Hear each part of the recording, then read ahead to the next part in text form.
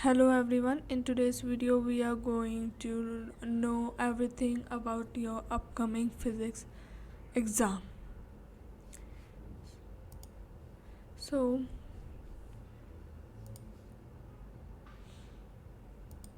first of all, my number one tip is to ask ChatGPT for important और repeated topics. So आपका 12 जून को आपका अभी physics का पेपर है, as you all know by this time. तो मैं आपको बोल रही हूँ कि जैसे अभी भी बहुत बच्चों की प्रिपरेशन नहीं हुई होगी, तो आप जो चैट जीपीटी है उससे डालें कि सबसे इम्पोर्टेंट टॉपिक्स बताएं, सबसे इम्पोर्टेंट और जो रिपीटेड टॉपिक्स हैं उन्हें बताएं. चैट जीपीटी से हम पूछ सकते हैं और वो लिटरली चैट जीपीटी बता पा रहा है. तो ऐसे आप चैप्टर के इम्पोर्टेंट टॉपिक समझिए और फिर आप क्वेश्चंस पे जंप कर सकते हैं, प्रीवियस ईयर क्वेश्चंस पे. और मैं अगर किसी ने वो प्रीवियस वीडियो नहीं देखा है जो मैंने जिसमें आपको लिंक प्रोवाइड की है 7 क्वेश्चन पेपर्स की, वो भी सॉल्व्ड और प्रीवियस ईयर थे, वो इग्नू के ही, तो आप उसको ज़रूर चेकआउट करें. वो आपके एग्ज़ाम प्रिपरेशन में बहुत हेल्पफुल होगा. नेक्स्ट इज़ हम थोड़ा सा एनालिसिस करेंगे पेपर का. सो BSCG है, BSCM का सेम ही आएगा जहाँ तक है, क्योंकि BSCM अभी इंट्रोड्यूस हुआ है तो वही से कोर्स वो सब सेम ही है. बस BSCM में थोड़ा सा कोर्स सेम नहीं है, मतलब थोड़ा सा अलग है.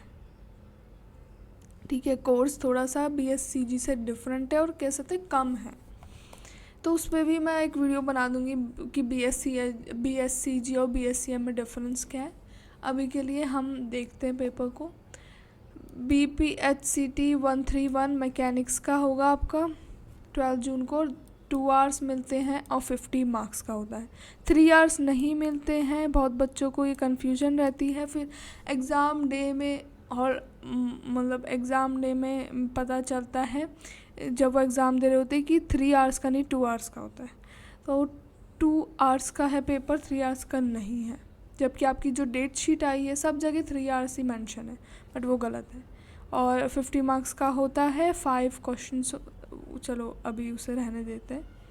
पहले यहाँ पे जैसे आपका लिखा है you may use a calculator, no, calculator use नहीं कर सकते हैं. Attempt all questions, however internal choices are given. तो इंटरनल आपके 5 क्वेश्चंस होते हैं. सब में इंटरनल चॉइसेस दे रखी होती है कि जैसे 3 दे रखे होते हैं, 2 करने होते हैं ऐसे. और टोटल पासिंग मार्क्स 18 होते हैं 50 में से. नेक्स्ट है आपका, जैसे ये आपका डेट शीट, आप जिसको नहीं पता चली अभी तक तो आपकी डेट शीट आ चुकी है. इग्नू की वेबसाइट पे आप अनाउंसमेंट सेक्शन में देख सकते हैं कि यहाँ पे आपकी date sheet, revise date sheet आ चुकी है.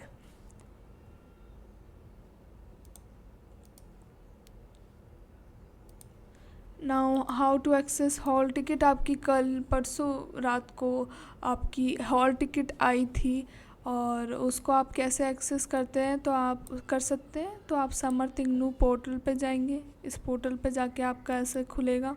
उसमें आप एनरोलमेंट नंबर डालेंगे, पासवर्ड डालेंगे और ये भी कैप्चा, और फिर आप लॉगिन करके यहाँ पे मतलब एक पेज खुलेगा. उसमें साइड में जो इस साइड में आपका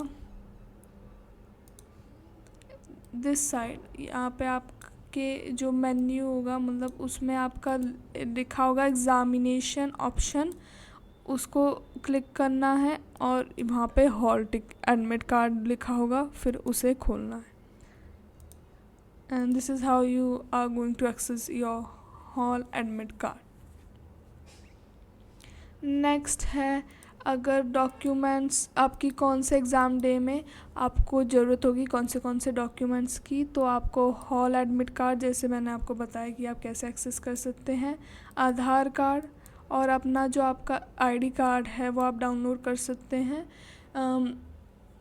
वो आप इन तीनों को आपको इनकी फ़ोटो कॉपी आपको ले जानी है। नेक्स्ट है आपको आंसर शीट कैसे में लिखना है, उसके कुछ टिप्स हैं।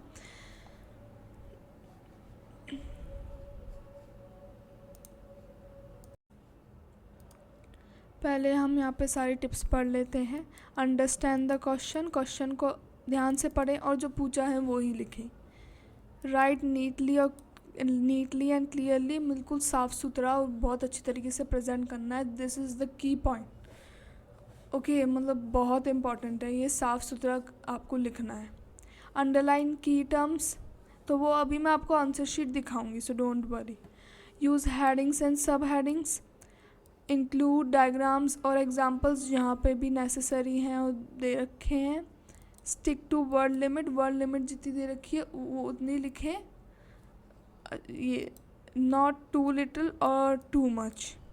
अटैम्प्ट ऑल क्वेश्चन, सारे अटैम्प्ट करें। अगर बाई चांस ऐसा भी हो जाता है कि आप जो क्वेश्चन में पूछा आपको नहीं पता पर थोड़ा सा इनडायरेक्टली आप आंसर कर सकते हैं, तो आप फिर भी आंसर करिए, क्योंकि बाई चांस अगर आप कहीं फेल हो रहे होंगे तो आपको पास करने के लिए आपने कुछ लिखा होगा तभी तो टीचर मार्क्स देगा, तो इसलिए आपको लिखना है और अटैम्प्ट करने सारे क्वेश्चंस। और आपको लास्ट में रिवीजन टाइम ज़रूर देना है कि आपने कोई क्वेश्चन तो नहीं छोड़ दिया, वो 10 मिनट्स दे सकते हैं। It's very crucial.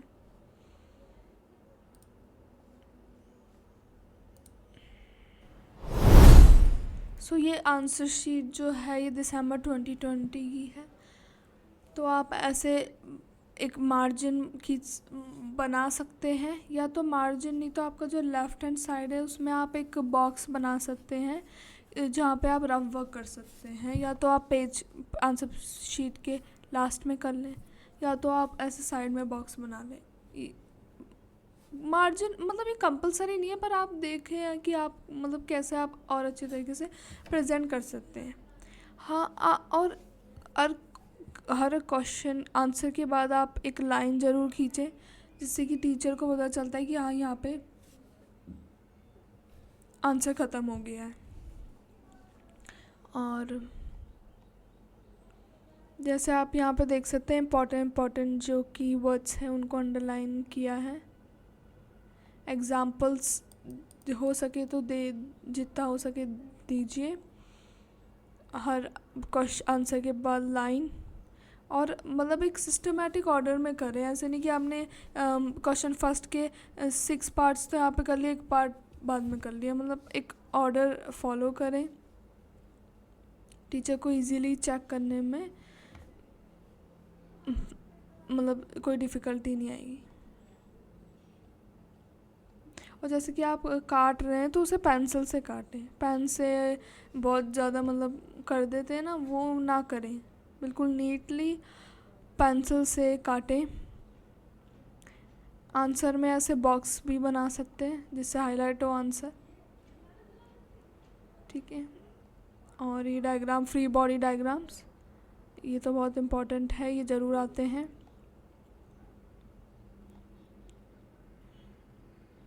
And yes, आप पूरे देख सकते हैं कि इम्पोर्टेंट वर्ड्स को हाईलाइट किया है।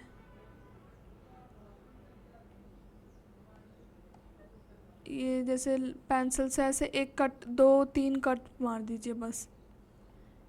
And diagrams obviously.